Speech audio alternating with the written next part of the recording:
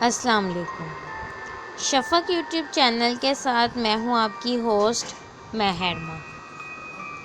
مہاراجہ پٹیالہ کے دربار میں کیا ہوتا تھا؟ 1891 میں پیدا ہونے والے مہاراجہ بھوپندر سنگھ آف پٹیالہ نے 1938 میں وفات پائی تو اس کی 5 بیویاں، 88 اولادیں اور 350 سے زیادہ داشتائیں تھیں۔ بھوپندر سنگھ مہاراجہ آلہ سنگھ کی نسل میں سے تھا۔ اس خاندان کے سربراہ نے تاریخی ہیروں اور دیگر نایاب جواہرات پر مشتمل خزانہ چھوڑا تھا۔ اس نے ایک بڑی ریاست قائم کی تھی اور اپنی اولاد کو اقتدار دے گیا تھا۔ مہاراجہ بھوپندر سنگھ بہت قابل انسان تھا۔ اس کے وزیر اور افسر نہایت لائق افراد تھے۔ ہندوستان کے ہر علاقے کا لائق ترین شخص چن کر اس کا وزیر بنایا گیا تھا۔ اس کے وزیر ساری زندگی اس کے وفادار رہے۔ آزاد ہندوستان کا سفیر برائے چین، مصر اور فرانس سردار کے پانیکر اس کا بااعتماد وزیر خارجہ تھا۔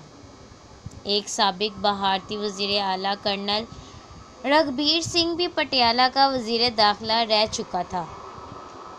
نواب لیاقت حیات خان کئی سال پٹیالہ کا وزیر اعظم رہا۔ قانون کا وزیر الہ آباد کا ممتاز وکیل رائنا تھا۔ دیوان جرمنی داس زراعت، صنعت اور جنگلات کا وزیر ہونے کے علاوہ مہاراجہ کی صحت کے امور کا انچارج تھا۔ بھوپندر سنگھ نے ریاست کا انتظام چلانے میں اپنی مدد کے لیے نہایت لائق افراد کا انتخاب کیا تھا۔ مہاراجہ بھوپندر سنگھ کا باپ مہاراجہ سر راجندر سنگھ CCSI شراب نوشی کے ہاتھوں صرف 28 سال کی عمر میں مر گیا تھا۔ مہاراجہ کے مشیر اس امر کا خاص خیال رکھتے تھے کہ وہ اپنے باپ دادا کی طرح شراب کا عادی نہ ہو جائے۔ اسے ایک انگریز ٹیوٹر نے بچپن سے تعلیم و تربیت دی تھی۔ اس کے علاوہ اسے ہندو اور سکھ ٹیوٹر بھی تعلیم و تربیت دیا کرتے تھے۔ 18 سال کی عمر میں وہ بہت سی خوبیوں کا مالک بن چکا تھا۔ جب وہ بالغ ہوا تو اس کے درباریوں نے اسے عورت اور شراب کے مزے سے آشنا کروانا چاہا۔ تاہم مہاراجہ ان تمام ترغیبات سے بچا رہا، چونکہ مہاراجہ کے بگڑنے ہی میں درباریوں کا مفاد تھا۔ اس لیے جلد ہی مہاراجہ ان کی سازشوں کا شکار ہو گیا۔ درباری ویلن اسے نوجوان عورتوں کے ذریعے بھٹکانے کی کوشش کرتے رہے۔ وہ نوجوان تھا، اس لیے ایسی ترغیبات سے زیادہ عرصہ نہ بچ سکا۔ ان عورتوں کو ہندوستان کے مختلف علاقوں سے لایا جاتا تھا۔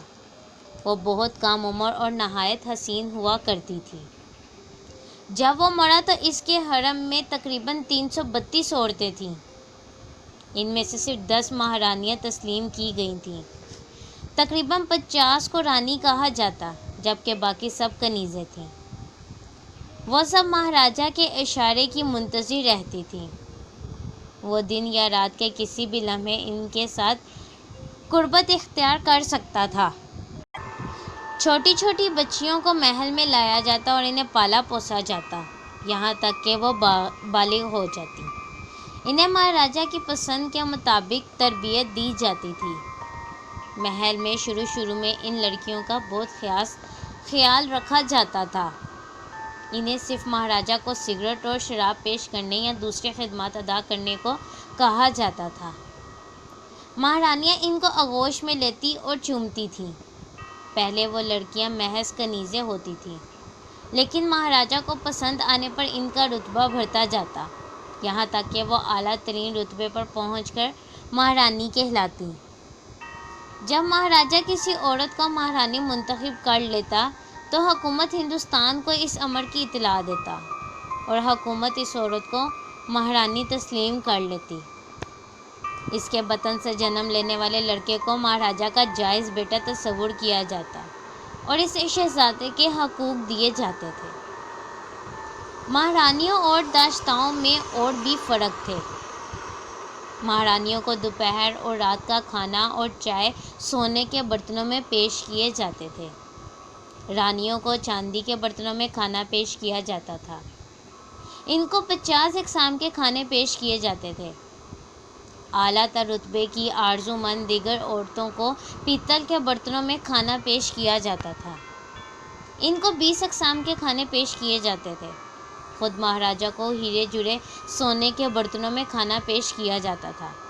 اسے 150 سے زیادہ اقسام کے کھانے پیش کیے جاتے تھے۔ مہاراجہ مہارانیوں اور شہزادوں یا شہزادیوں کی سالگرہ پر عظیم الشان تقریبات برپا کی جاتی۔ 275 یا 300 مہمانوں کے لیے میز لگائی جاتی۔ مردوں میں صرف مہاراجہ، اس کے بیٹے، داماد اور چند خاص مدعوین ہوتے، جبکہ عورتوں میں صرف مہارانیاں اور محل کی چند منتخب عورتیں ہوتیں۔ ان تقریبات میں اطالوی، فرانسیسی اور انگریز بیرے اور خانسامہ ہوتے تھے، اور کھانے اور شرابیں نہایت مزیدار ہوتے۔ پکوانوں کو بڑی بڑی پلیٹوں میں لا کر اوپر تلے رکھا جاتا۔ یہ ڈھیر کھانے والوں کے منہ تک پہنچ جاتا تھا۔ بعض اوقات 10 سے 20 پلیٹوں تک کی قطاریں بن جاتی تھیں۔ کھانے کے بعد موسیقی کی محفل ہوتی، جس میں مختلف ریاستوں سے بلوائے گئے رقصائیں مہاراجہ، مہارانیوں اور مہمانوں کا جی بہلاتی۔ ایسی تقریبات صبح سویرے انجام کو پہنچتیں۔ اس وقت تک سب لوگ نشے میں دھت ہو چکے ہوتے تھے۔ یہ سلسلہ کئی سال تک جاری رہا۔ محل میں ایسی عورتیں بھی تھیں جنہیں یورپ، نیپال اور قبرص سے لایا گیا تھا۔ محل کی عورتوں نے ایسا لباس اور ہیرے جواہرات پہنے ہوتے تھے کہ دنیا میں ان کی مثال ملنا ناممکن تھی۔ تقریب کے اختتام پر مہاراجہ عورتوں میں سے چند ایک کو منتخب کر لیتا اور انہیں لے کر اپنے محل میں چلا جاتا۔ یہ عورتیں مہاراجہ کی توجہ حاصل کرنے کے لیے بہت سی ترکیبیں استعمال کرتی تھیں۔ مہاراجہ کے دل میں ان سب کے لیے نرم گوشہ تھا۔ وہ روزانہ اپنے معائنے کے لیے آنے والے ڈاکٹروں کو اپنی بیماریوں کے بارے میں بتاتی تھیں۔ یہ عورتیں بعض اوقات مہاراجہ کی محبت اور فرقت میں خودکشی کرنے کی دھمکی دیتیں۔ سچ تو یہ ہے کہ ان میں سے چند ایک نے کمرے کی چھت سے رسی باندھ کر اس کے ذریعے خودکشی کی کوشش بھی کی تھی۔ جب کوئی عورت تنہائی کا شکوہ کرتی تو مہاراجہ خوفزدہ ہو جاتا۔ عموماً وہ اس سے ملتا اور ہر ممکن طریقے سے اسے دلاسا دینے کی کوشش کرتا۔ مہاراجہ کے حرم میں ایسی بد نصیب عورتیں بھی تھیں جنہیں زندگی میں ایک مرتبہ بھی مہاراجہ سے ہم آغوش ہونے کا موقع نہیں ملا تھا۔ مہاراجہ کو اپنی ساری مہارانیوں، رانیوں اور دیگر عورتوں سے محبت تھی، اور وہ سب کے ساتھ برابر کا محبت بھرا سلوک رواں رکھنے کی کوشش کرتا تھا۔ عورتیں بھی جواباً اسے اپنا واحد مرد مانتی تھیں۔ وہ جب بھی یورپ جاتا کم از کم 1 درجن عورتوں کو اپنے ساتھ لے کر جاتا تھا۔ ہندوستان سے باہر ان مہارانی، رانی اور کنیز والی تفریح ختم ہو جاتی تھی۔ ان کے کھانوں، کپڑوں اور رہائش میں کوئی فرق نہ رہتا۔ موتی باغ محل کا پروٹوکول پیرس اور لندن میں ایک طرف رکھ دیا جاتا تھا۔ مہارانیاں اور دوسری عورتیں موتی باغ کہلانے والے بڑے محل کے عقب میں واقع مختلف محلات میں رہتی تھیں۔ موتی باغ محل مہاراجہ کی رہائش گاہ تھا۔ باہر سے کسی شخص کا محل کے ان اندرونی حصوں میں داخل ہونا انتہائی مشکل تھا۔ اگر کوئی شخص موتی باغ محل میں داخل ہونا چاہتا تو پہلے اسے تقریباً آدھا میل لمبا باغ عبور کرنا پڑتا، پھر اسے بے شمار کمروں اور متعدد ہال کمروں سے گزرنا پڑتا۔ محل میں ہر 20 قدم کے فاصلے پر فوجی گارڈ موجود ہوتے۔ ان سب مراحل سے گزرنے کے بعد وہ شخص ایک چھوٹے گیٹ تک پہنچتا، جہاں سے داخلی محلات میں پہنچا جا سکتا تھا۔